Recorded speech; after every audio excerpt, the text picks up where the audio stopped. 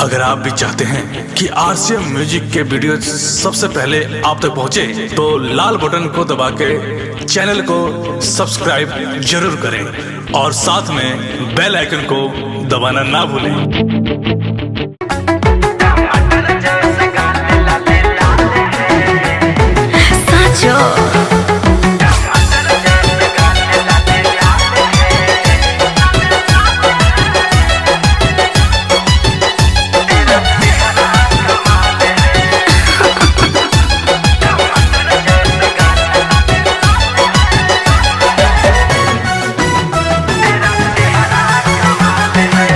छोड़ दे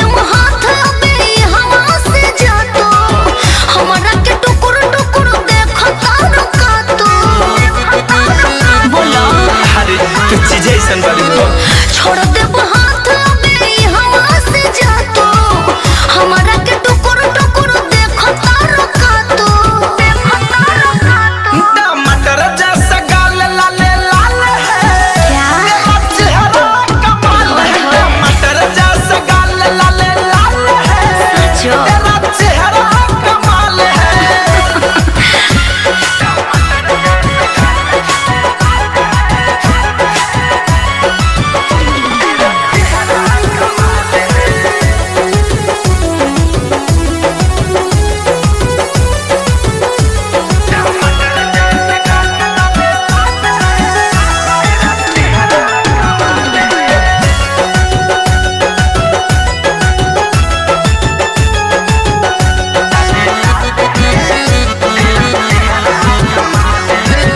गोली न दाल बाबा पीछे पीछे घुमला से पगली न दिल हमर फोटो रोज चुमला से समझला हम सब समझतानी हो।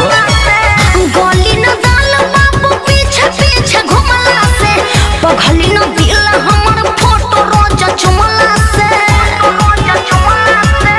एक बेरी हमारा से लव करे के देखो नहिया के जाल जनी देहिया पे फेंको अरे समझे हरे रेशम जैसा जानू तेरा बाल है का विचार बा कमाल है। टमाटर जैसा ओठ लाले लाल है जो तेरा चेहरा कमाल है।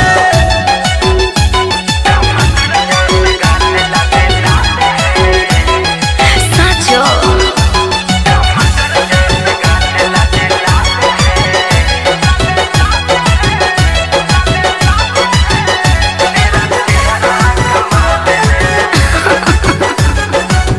श्याम देहात जिसे करनी हो प्यार हो छोड़ दो मेहनत हो जाए सब बेकार हो आज ये जन्म में तो छोड़ नहीं पड़े जाए।